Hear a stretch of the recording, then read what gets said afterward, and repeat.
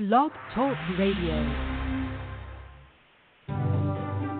Live from Washington, D.C., it's Quintessential Listening, Poetry Online Radio. Now, here's your host, Dr. Michael Anthony Ingram.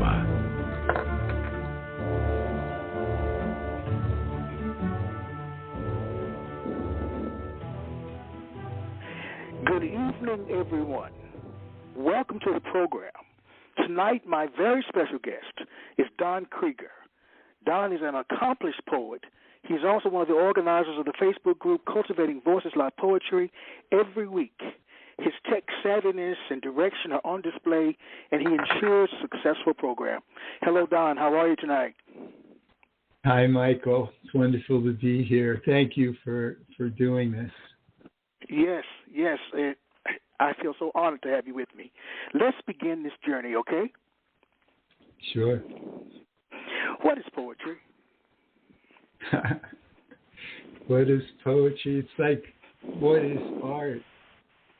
I think I can say what it is for me, because I think this is one of those questions that really doesn't have an answer, a definitive answer, but it's really an interesting one.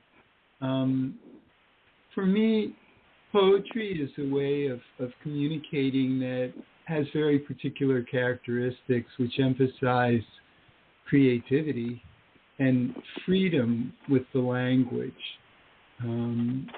I think, for instance, in an academic, in a piece that goes into an academic journal, there's a bunch of things that you can't do that you can do in a poem.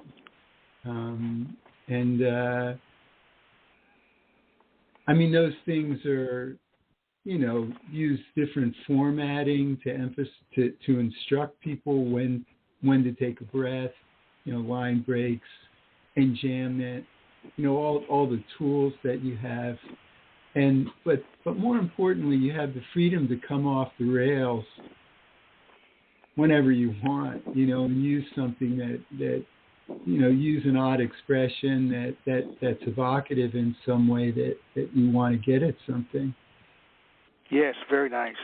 What are some of the predominant themes of your work? Well, they sort of come from two different areas. One is, I take my prompts from the news, and I follow what's going on in the world, and I think about it, and so a lot of my poems are topical.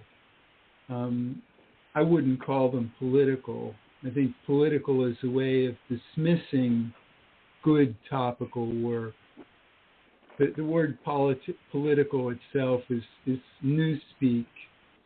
It's a homogenizing term which degrades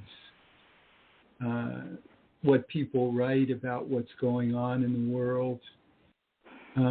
That's one area. And the other area is I have issues. I have things that move me, that are important to me in my personal life. And I write about those things too. Some of that writing is therapeutic, meaning that it's just for me. But it actually, a lot of that stuff I've published, and that actually helps too. All right. Please share a poem. All right. This one sort of comes from both. A New World. I gashed my knee, my head too, maybe a broken rib. Someone at work offered a bed so he could check me through the night. As a kid, I often fell, a stone under a skate, a bike crash. When a scrape bled, or that time they found me against a tree root. When a scrape bled, or that time they found my head against a tree root, no one said a word or seemed to care. I didn't either. If they see my frailty, though, How long will I hold my job? How much safer to look good now that I'm old? 2. At the Giant Eagle, an old man stares at the pay pad till the clerk presses the button for him. I use cash so I won't look like that. Outside, they walk by laughing, hand in hand, or just looking at each other. I don't notice their color, only that they're young and have accents I don't understand. 3. At the lotto counter, we wait, our faces and posture, American, surrendered to hope and chance, like trees. We could do something with life in it, look at each other, or at least at those faces on the street. Is that why we hate them, saying what they please, acting like they're free? 4. Lately, people talk faster than I can listen, like I'm sitting on a bench and they're running by. Maybe I'm listening too deep to keep up, because under the talk, I see the vitality of their thought and hear our shared humanity. It's getting worse, and I'm often near tears, but it feels like freedom. That's a new world. Wow. That was so powerful. I could feel it. How does a poem begin for you? With an idea, a form, or an image? Definitely. Well, it comes with either an idea or a narrative. It's not an instantaneous thing. I think all the time. I spend all my time thinking, and it typically comes from a sequence of thoughts that form a narrative. Do you sit and think through every word? I guess it's about thinking. Sit and think through every word of every stanza, or do you write freely and allow the words to flow?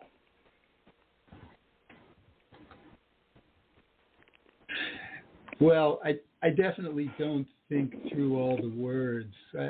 I don't really think in words at all most of the time. So, but when I write it down, I translate what's in my head into words, and what's in my head, what I'm trying to do is get down the sequence of thoughts, get down the narrative. Okay. Wow. So you don't think in words? No, I think a lot of people don't, actually. Tell me more about that. That intrigues me. Well, some people, like, you can tell that they really tell that they think in words. And some people, like, I think what dominates my thinking is feelings, actually, and like, that's even when I'm thinking about technical stuff, mathematics or whatever, it's yes. It's hard to express, but it's definitely not in words. Let's go back in your past. Did you come from a literary background? That's part one. And what did you learn about writing growing up?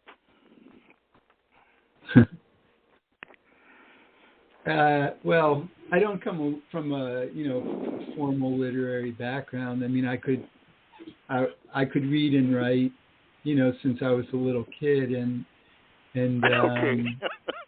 I mean, yeah. I mean, and my reading skill was I was able to read anything I wanted from the time I was 6 or so. So, like, I read Crime and Punishment when I was 8 years old. You're lying. Seriously? Well, Seriously? actually, I didn't read the whole thing because it was too depressing. I read about 150 pages, and I like realized I love that book. It wasn't going to get any better, so I put it down. True, and it didn't. Yeah. I cut you off. I am so sorry. No, please, it's fine. I mean, in our house, like everybody was encouraged to do their schoolwork and read. I mean, it was definitely at the top of the list to do well in school, and actually was particularly at the top of my list because I saw it as the way out of the house to go to college. So I was thinking about going to college from the time I was in elementary school. And, I was a sort of an odd kind of a kid. But, I mean, my first real encounter with poetry, with literature in general, I guess. I mean, I read stuff. I gave a report on The Wasteland, T.S. Eliot's poem, when I was a senior in high school, and actually got an F on the report. And the teacher, she really didn't like my stuff. And but I got into reading. I read the Odyssey. I came across the Odyssey, and I read that many times. And I think it's just wonderful. And then I had some occasion to read poetry and plays and books and stuff in college too. Well, was there one particular poet or one particular... This is my question. What was an early experience where you learned that poetic language had power?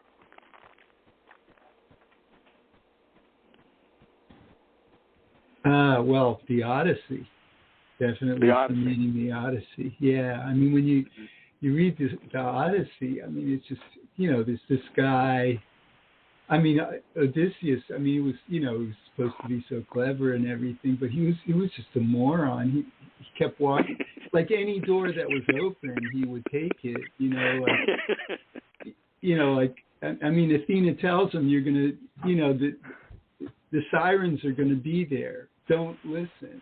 They're going to read, and then she knows him. She says, but if you have to listen, have them tie you to the mast, and I mean, but the thing is, you read that and it's like,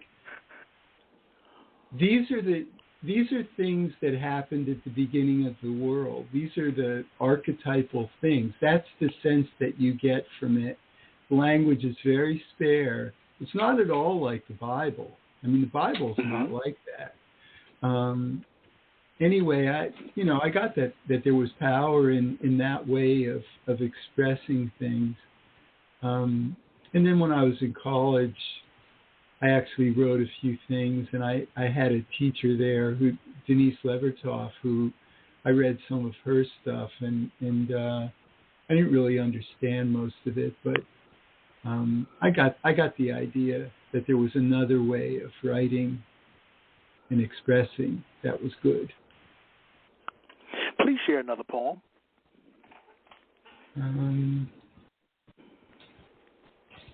All right.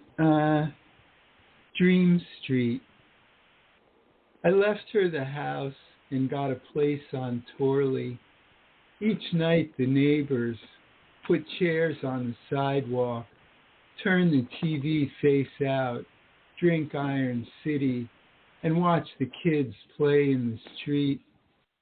I get home from work at 6 or 10 or 2, shower and then sleep with eyes open. A child shrieking on a hospital gurney, her spine flayed and straightened, the smell of burning in my hair.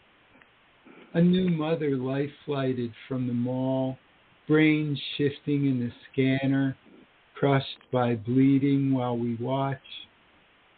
We drink coffee and wait while a father facing doom in our hands says goodbye to his children. Each day I pedal in over the Bloomfield Bridge or drive when called at night, never dreaming what will come next. That's Dream Street. That's appeared in several places and has been translated into Farsi. Oh, wow. Congratulations. Yeah. How do you feel? How do you feel when you find your work translated like that into other places? What goes through you?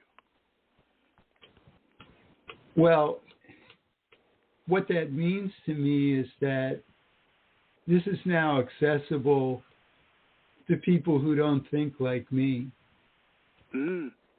You know, which, I mean, it makes me proud of the work. It makes me very happy that it's going to have a life in another language for a whole other set of people. Getting stuff translated is really important, and helping to translate stuff if you can is also very important. I think it's wonderful, the international angle. Well, I love the statement, life in another language. I love that. Yeah. Finding life in another language. Wow. Let's take a brief break, Don, and we'll be right back. Okay.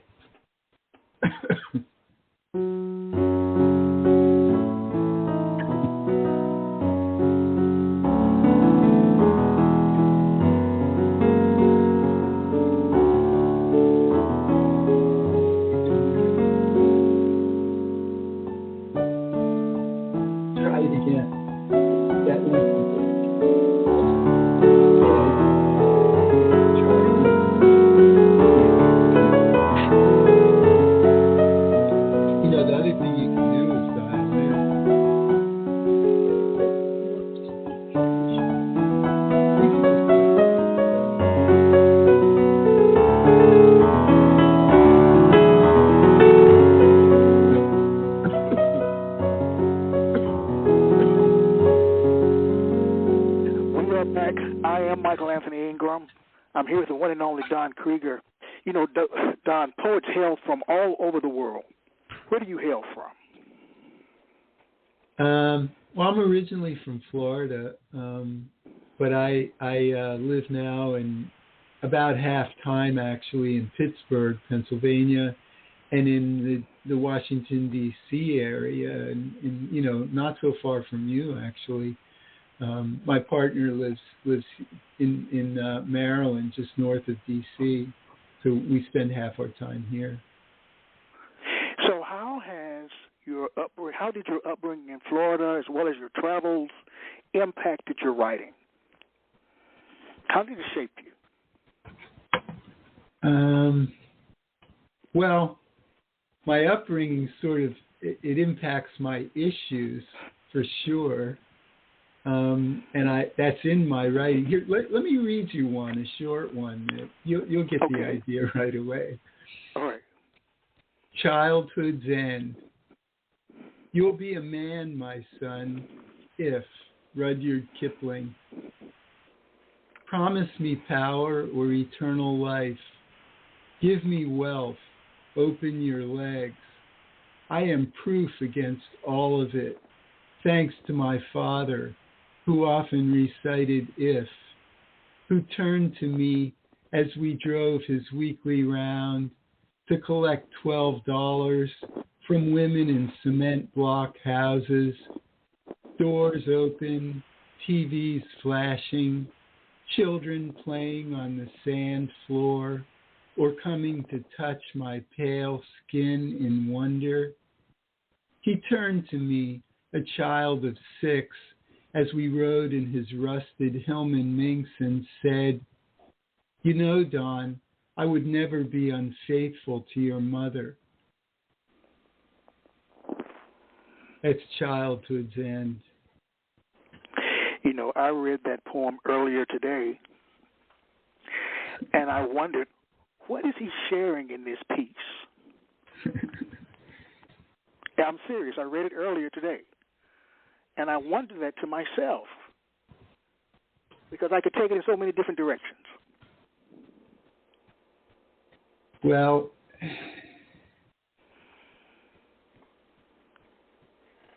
and maybe that's what poetry is, and it doesn't need to be defined.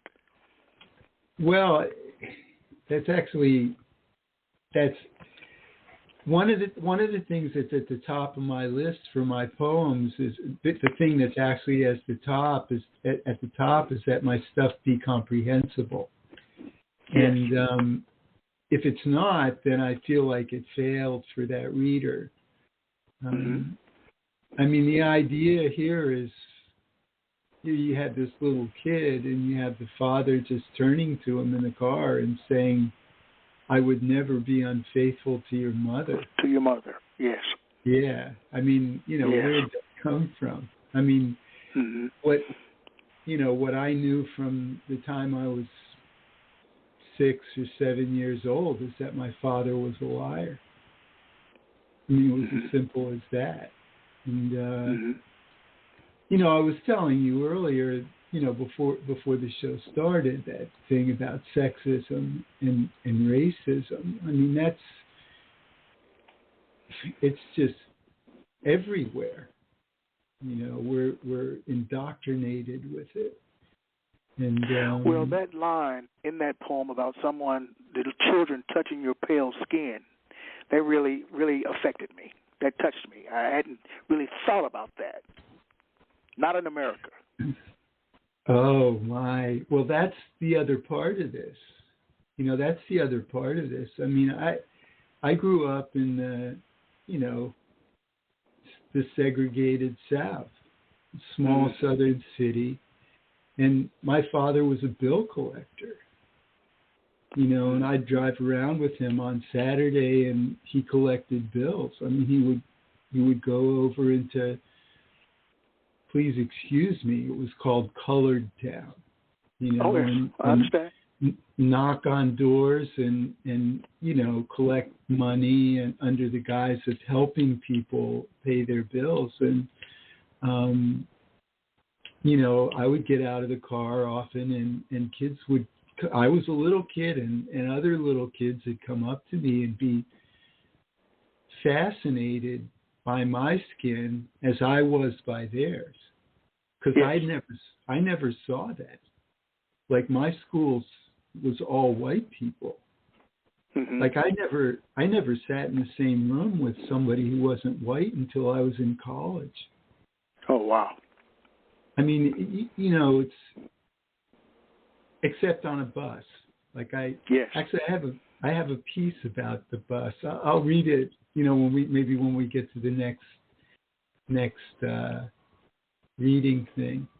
Okay. I mean, this stuff is. I was actually encouraged to write about my experiences in Florida by Rowan Ricardo Phillips. I don't know if you know him. He's a. No, I don't. No. He's a very fine poet. He was at Princeton for a while. I think he's at City College in New York now, and I took a workshop with him, and he encouraged me to write about Florida, and so I have. And this is the way it comes out. I mean, one of the things about this poem is that there's more than one thing in the poem. There's that racial thing and the sexist thing, and yes, and the thing about the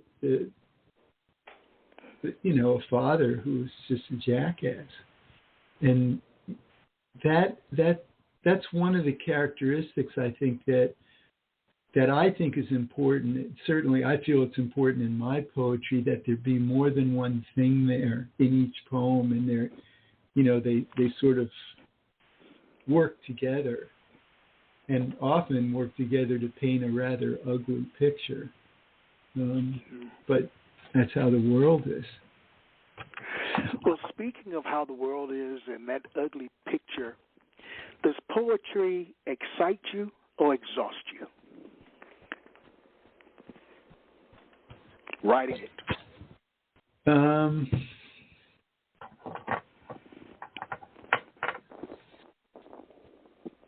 Writing it is,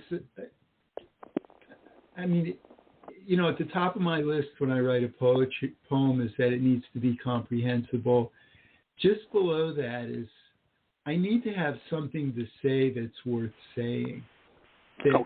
That needs to be said. So the process of writing a poem and crafting it, you know, and finishing it and getting it out where other people can see it is an effortful process. I mean, it's work, but there's certainly rewards all along the way. I mean, especially because one of the magic things that you find in poetry is creativity that comes with it, you know, that's there. Like there's surprises, there's surprises for the poet and in writing it, there's things that you discover. And on the whole, it's positive. It's a positive experience to do all that work, to create something. The way Denise used to talk about it was the finishing was that once the poem's complete, then it has a life of its own. Like you've created something that is going to live on its own. That's what happens when you publish it. It's just out there, independent of the poet. And so it's from her point of view, and I kind of like the idea. It's a genuine act of creation. It's satisfying. Well, speaking of Denise Levertov, all great writers have great writing influences, and she sounds like she's one of yours. Who are some of yours, and what makes them great in your eyes?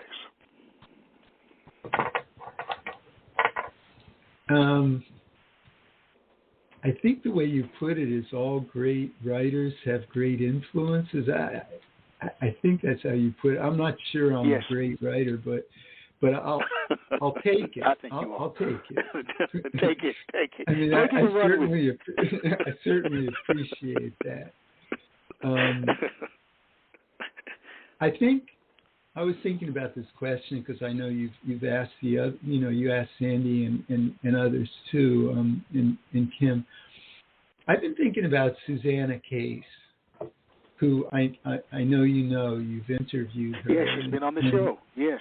Yeah, and Susanna, I really like her poems, many of them, but she's really influenced me in the collection. I have a second collection that's going to come out this winter from Milk and Cake Press, and she really influenced me in putting that collection together, just with the way she's put her chapbooks together.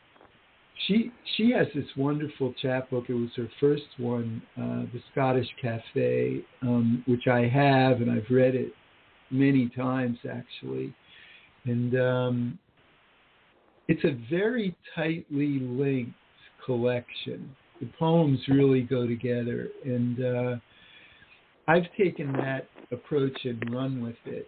And the other thing I've done that I went to her publisher. I figured, like, if they'll publish Susanna Case, maybe they'll publish me too. So I went to Milk and Cake Press, published one of her recent books,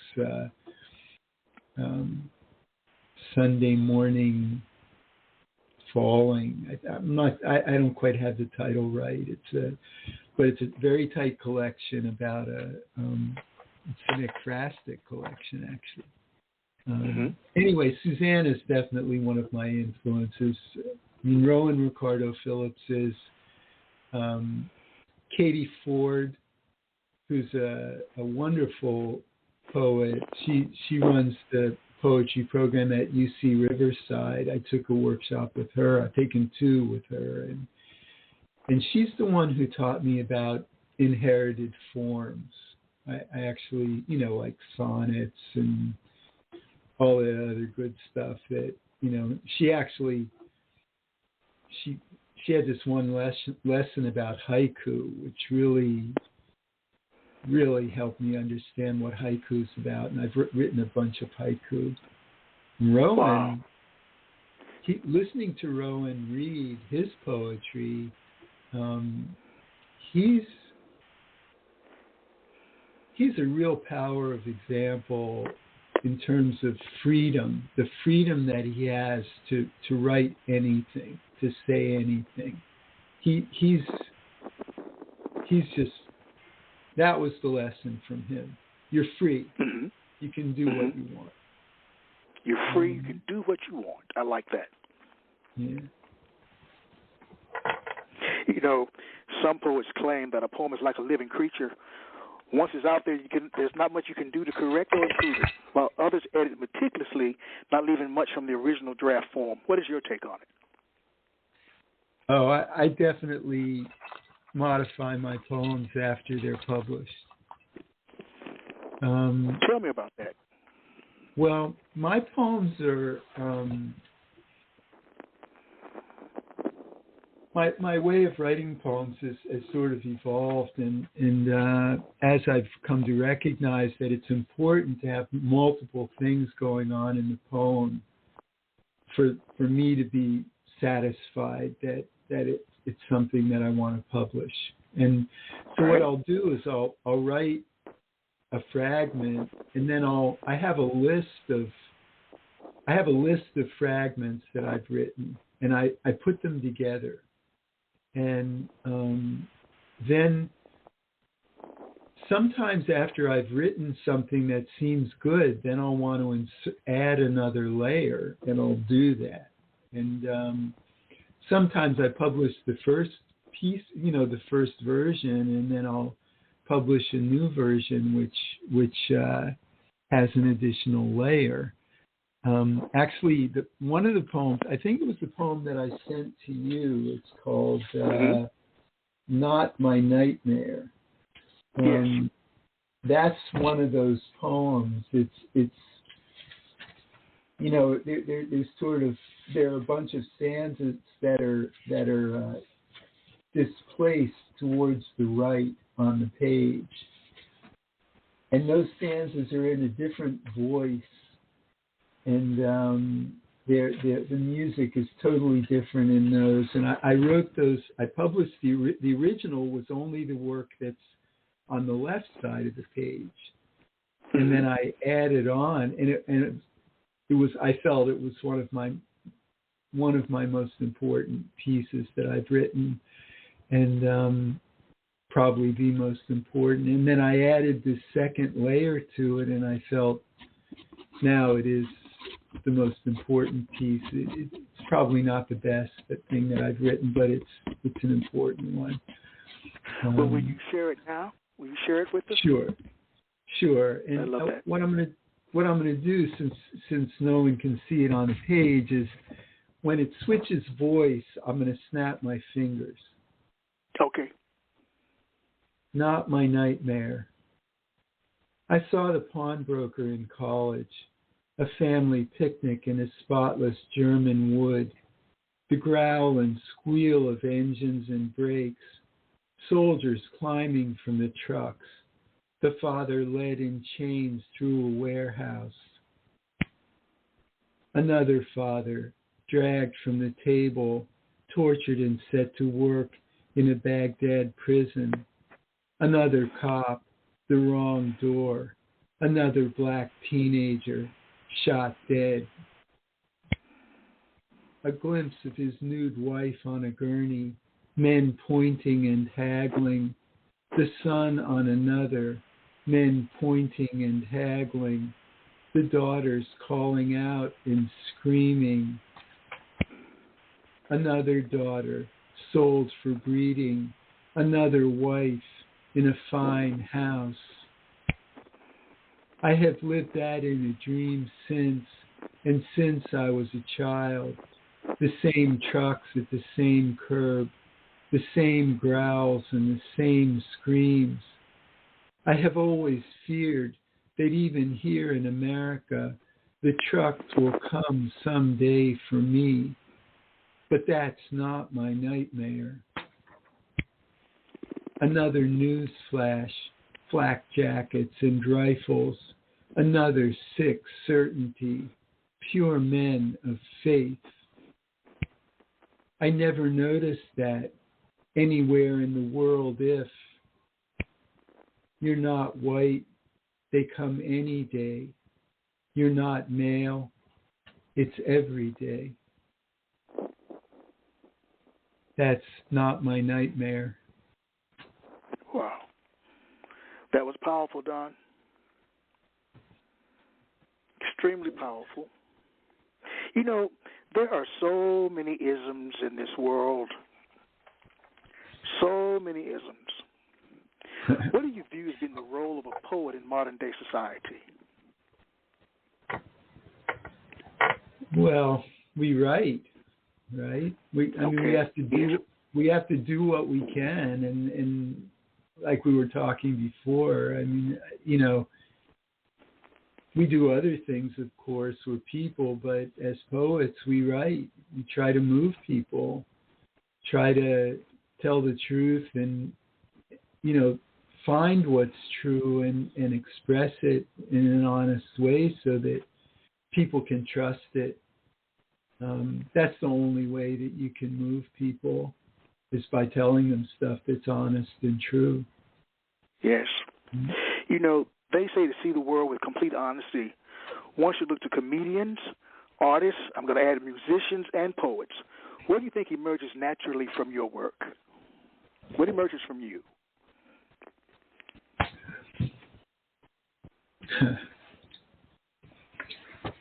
I don't know about that one. I mean, my impression of the effect of my work is some people like it, most people really don't like it. And well, really? Why do you say that? That's a strong statement. Why do you say that? Well, I think the topical pieces, a lot of what I express is really unwelcome. You know, people don't want to. Like I have a whole folio that's going in the new book that was recently published called "The Big Lie," and it's a set of 4 pieces, and they're about America. You know, America has been a lie from the beginning. Yes. And yes. You know, my white friends don't want to hear that. You know, they don't want to hear that the first 15 presidents committed crimes against humanity by presiding over a nation that condones slavery. That's a crime against nature. It's listed as a crime against nature. And everybody knows it, and everybody's known it for 2,000 years. You know, people don't want to hear that. They don't want to hear that George Washington, the namesake of the capital of the United States, committed crimes against humanity. I mean, you know, so, and I mean, a lot of poets, right-thinking poets, don't want to hear the ugly stuff. People want to hear, you know, people go to poetry because they want to take a break. You know, they want to enjoy something. They want to enjoy a well-wrought sonnet, you know, or something else. And I respect that. They're allowed to enjoy. I mean, there's nothing wrong with not liking my stuff. But anyway, I don't really know. I mean, some things I do know about the work that I've done. I mean, the work that I've done professionally, like I know I can look in the literature. I can look in the stuff that I've contributed to medical practice and to that kind of stuff. Like, I know what happened there. But with poetry, it's hard to say. The big thing, see, is we need to have our topical poems read by people who don't think like us. Okay. And when that happens, like, you really have no way of knowing what they think about it or what it did for them or how it moved them. Because they're in another country, or they're maybe they're fascists who hate you for whatever reason, or there's just no way of knowing. Yes. Yes. But I think it's important to just keep putting it out there. I have a fragment of one I'll read to you that'll give you a good example. Let me find it. This is in a. Well, let's take a brief break while you look. All right. Great.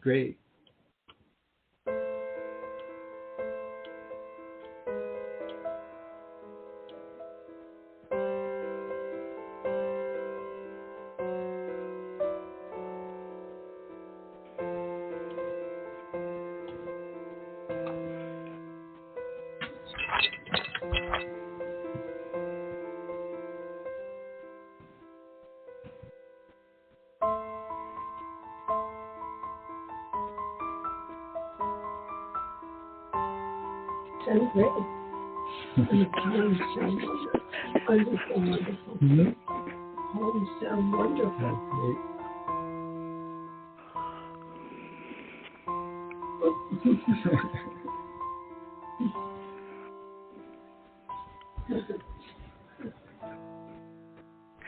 We are back.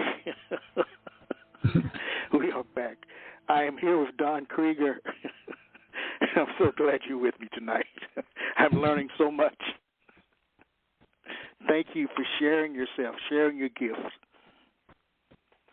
Thank you so much, Michael. Let me just read you. I'm going to just read you a fragment of this one. It's the title of it is "Be Fruitful for My Nameless Sisters." I'll read. Let's see here. I'll read two fragments from this. She climbed down the curb and wandered into traffic. I parked crosswise to block the road. She toddled to the other side, up the sidewalk, turned in with me behind like a herding dog. The screen door was locked, the house filled for Shabbos dinner, kids and arguing men in black. A pregnant woman came to the door, let her in with a quiet "thank you," locked the door behind her. I saw them again yesterday, 2 in a stroller, 4 more walking behind. They all had baby dolls cradled in their arms. Now I'm going to just remind you the title of this is "Be Fruitful for My Nameless Sisters." And now here's the last stanza. Psalm 152. I've also written a Psalm 151. Psalms has 150 psalms in it, so this is 152. I know you from your world and from your Torah.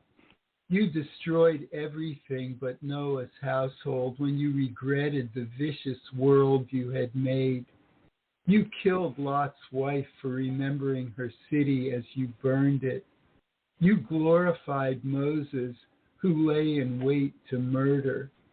You hardened Pharaoh's heart to justify killing Egypt's firstborn. Time after time you proclaimed, I do this so you know how mighty I am.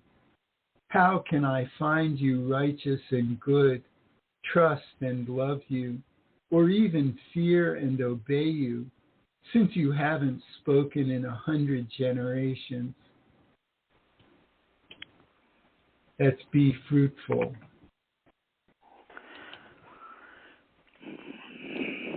Wow. Now that's not a poem that my Jewish or my Christian friends are going to like. Okay. But it doesn't sound like it stops you from writing. It doesn't sound like the possible turn back, if that's a word, that it stops you from writing. No. I mean, pushback. Pushback is what I was attempting to say. Pushback. That's the kind of thing I have to write. I mean, that's the truth for me. That's my truth.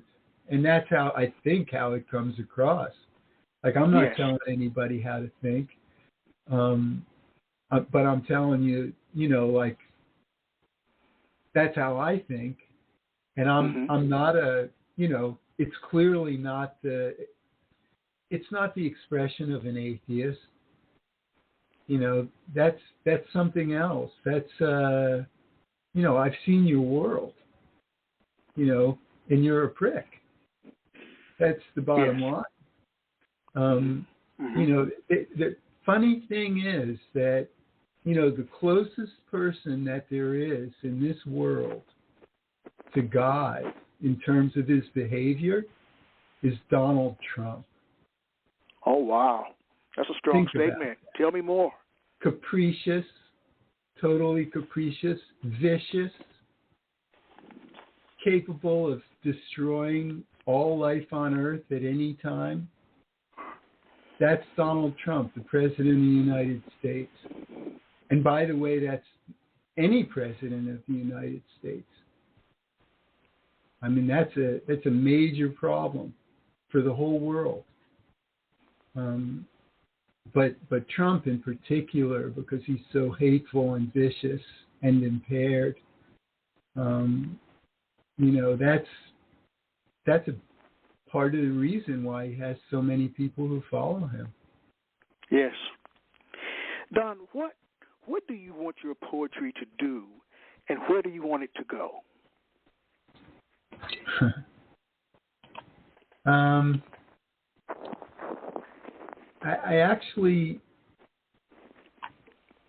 I have a little piece here. Let me just read this to you. Okay. It's a fragment of the last piece in my collection. It's titled "That Which Is Missing," and I'm not going to read the whole thing. You can read the whole thing if you like. If you like, read the whole thing. Read the whole thing. I'd love to hear it. Well, it's kind of the first part's kind of a resentment poem. Okay. Here we go. If I am repeatedly asked to reconcile irreconcilable things, I put the piece down unfinished. That is not because I think it is bad or because I am impatient. Rather, it is part of my aesthetic that what I read should make sense. I am not a trusting person. I write sentences, correctly formed and lucid to the extent I can. I then begin removing things. I remove syntactic elements to highlight the voice of the piece. I remove words and phrases to simplify the language, to tighten the ideas, to elevate the music. I remove bits of information to avoid telling the reader what to think or how to feel. I write because I have something to say. I remove things because I want that something to move you, because it moved me. That's that which is missing. Would you read that last line again? Yeah. I write because I have something to say. I remove things because I want that something to move you, because it moved me. Yes. Yes. Do you think you were meant to be a poet? Nah. Come on now. No. I mean, it was too much work. I mean, it's taken. I mean, I didn't really start to write till maybe 10 years ago. I mean, I spent the great majority of my life not writing and not really being able to express myself well in writing because of that distance there is between my thinking and speech. Yes. I mean, I'm a computer person. I do computer work and arithmetic. But I mean, I'm glad that it's an important part of my life now to write anyway, that's my answer. I'm really interested to hear your answers to these questions. We got to turn the tables here at some point. Kim will tell you I don't like questions. I don't like questions. That's funny. What do you view, my friend, as being a measure of success as a poet? Oh.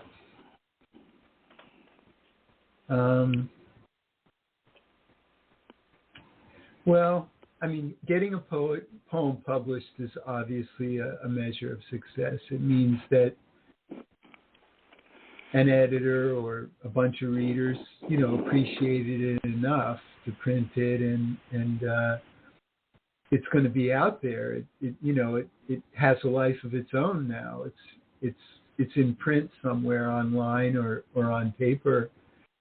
Getting a poem translated is a big success. I think one of my poems, I have a poem called Our Shared Humanities, which Sandy really loves, and just hearing what she has to say about it is a it's a measure of it's a real measure of success. It's somebody who really knows. Would you share that poem with us? Sure. Let me find it.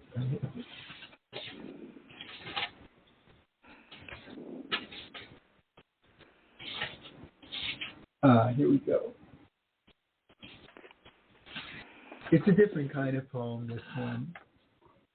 Our shared humanities. Nothing is deadlier. Dogma. So beautiful. Courage.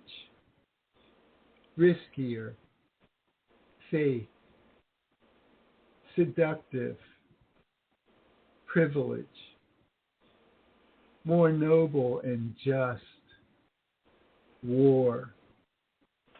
More profane. Indifference.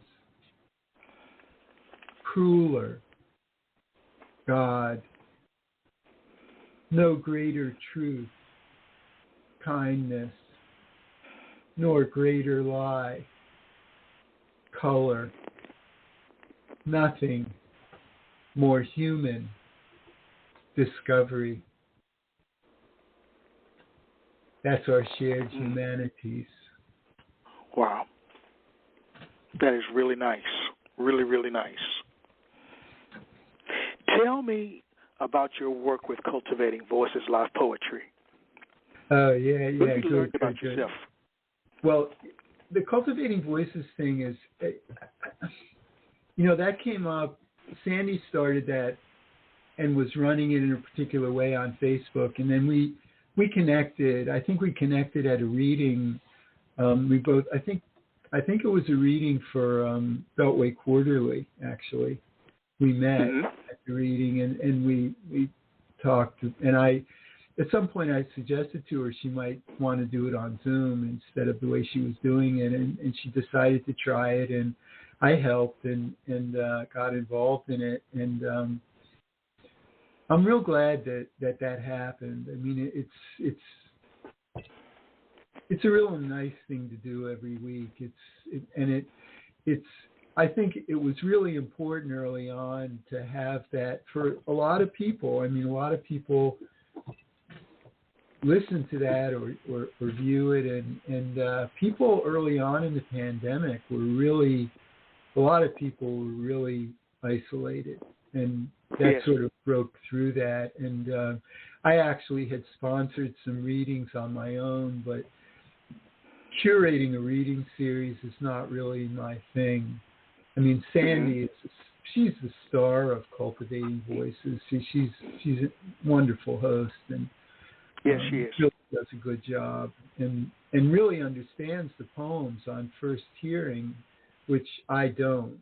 So, but I'm good.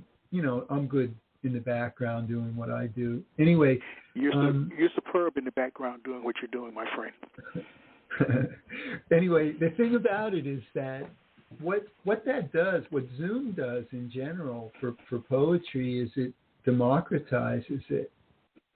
It makes it cheap for people to attend a reading, and it makes it cheap for people to read at a reading. So it removes this class structure that's part of modern poetry, where if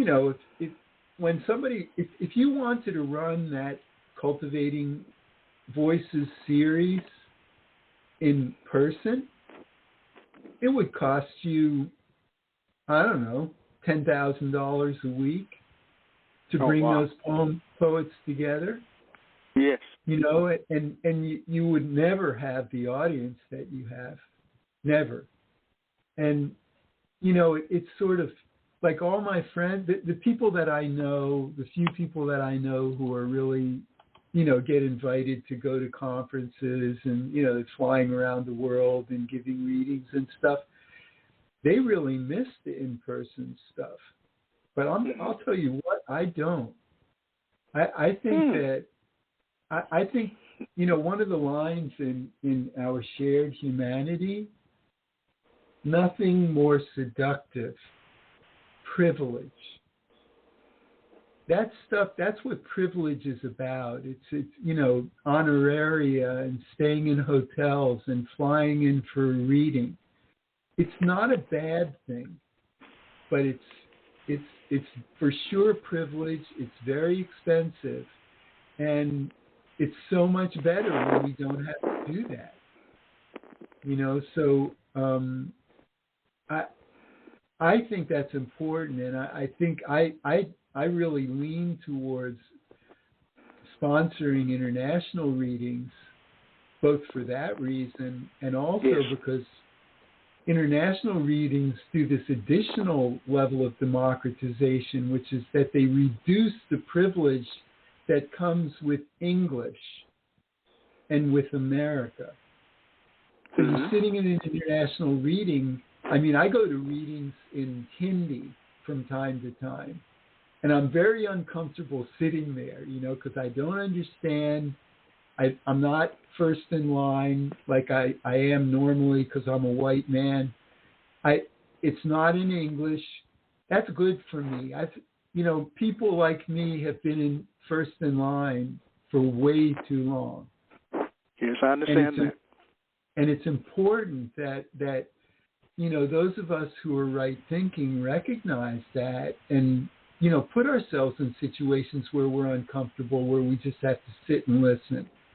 And, maybe don't get a say, don't get to read anything, just listen and just be part of the crowd. And anyway, that's what Cultivating Voices and all the other readings that I'm privileged to be involved in that's what they are for me.